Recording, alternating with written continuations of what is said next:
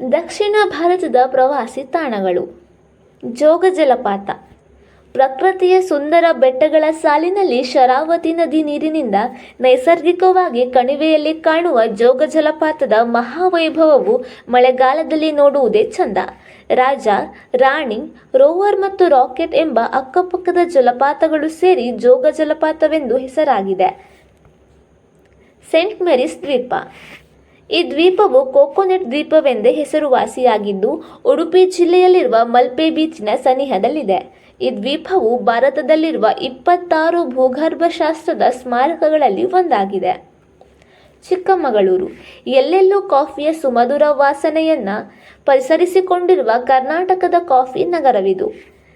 ಬೆಂಗಳೂರಿನಿಂದ ವಾಯುವ್ಯ ದಿಕ್ಕಿಗೆ ಸುಮಾರು 250 ಕಿಲೋಮೀಟರ್ ದೂರದಲ್ಲಿರುವ ಚಿಕ್ಕಮಗಳೂರನ್ನು ನೆಲಮಂಗಲ, ಕುಣಿಗಲ್, ಹಾಸನ ಮಾರ್ಗದ ಮೂಲಕ ಸುಲಭವಾಗಿ ತಲುಪಬಹುದಾಗಿದೆ. ಕೊಡಗು. ಕರ್ನಾಟಕದಲ್ಲಿ ಕೂರ್ಗ್ ಅಥವಾ ಕೊಡಗು ಒಂದು ಜನಪ್ರಿಯ ಪ್ರವಾಸಿ ತಾಣ.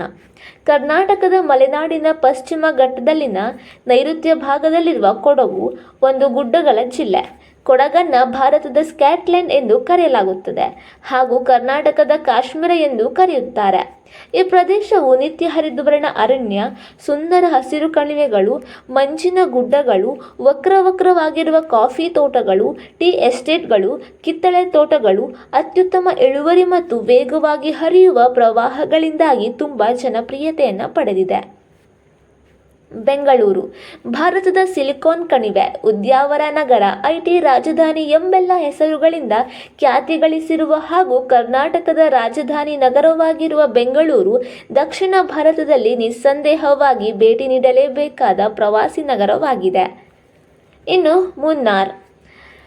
ಕೇರಳವು ದಕ್ಷಿಣ ಭಾರತದಲ್ಲಿರುವ ಸುಂದರ ಪ್ರವಾಸಿ ರಾಜ್ಯವಾಗಿದೆ. ಇಲ್ಲಿರುವ ಹಸಿರಿನ ಮೈಸಿರಿ, ಹಿನ್ನೀರು, ಬೆಟ್ಟಗುಡ್ಡಗಳು ಸದಾ ಪ್ರವಾಸಿಗರನ್ನು ಆಕರ್ಷಿಸುತ್ತದೆ. ಮುನ್ನಾರ್ ಕೇರಳ ರಾಜ್ಯದ ಇಡುಕ್ಕಿ ಜಿಲ್ಲೆಯಲ್ಲಿರುವ ಒಂದು ಪ್ರಖ್ಯಾತವಾದ ಗಿರಿಧಾಮ ಪ್ರದೇಶವಾಗಿದೆ. ದಕ್ಷಿಣ ಭಾರತದಲ್ಲಿ ಭೇಟಿ ನೀಡಲೇಬೇಕಾದ ಸ್ಥಳಗಳ ಪೈಕಿ ಮುನ್ನಾರ್ ಗಿರಿಧಾಮವು ಒಂದು. ವರ್ಕಲ. ಕೇರಳದ ರಾಜಧಾನಿ ನಗರ ತಿರುವನಂತಪುರಂಗೆ ಬಹು ಹತ್ತಿರದಲ್ಲಿರುವ ಪ್ರಖ್ಯಾತ ಪ್ರವಾಸಿ ಆಕರ್ಷಣೆಯಾಗಿರುವ ವರ್ಕಲ ಒಂದು ಸುಂದರವಾದ ಕರಾವಳಿ ಗ್ರಾಮ. ಬಹುಸಂಖ್ಯೆಯಲ್ಲಿ ಪ್ರವಾಸಿಗರು, ಅದರಲ್ಲೂ ವಿಶೇಷವಾಗಿ ವಿದೇಶಿಯರು, ಈ ಸುಂದರ ಕಡಲ ಕಿನಾರೆಯ ಗ್ರಾಮಕ್ಕೆ ಬರಲು ಇಷ್ಟಪಡುತ್ತಾರೆ. ಈ ಮಾಹಿತಿ ಇಷ್ಟವಾದಲ್ಲಿ ವಿಡಿಯೋವನ್ನು ಲೈಕ್ ಮಾಡಿ ಮತ್ತು ಶೇರ್ ಮಾಡಿ. ಇನ್ನೂ ಹೆಚ್ಚಿನ ಮಾಹಿತಿಗಾಗಿ ನಮ್ಮ ಕನ್ನಡ ಟ್ರಾವೆಲ್ ವಾಹಿನಿಯ ಚಂದಾದಾರರಾಗಿ.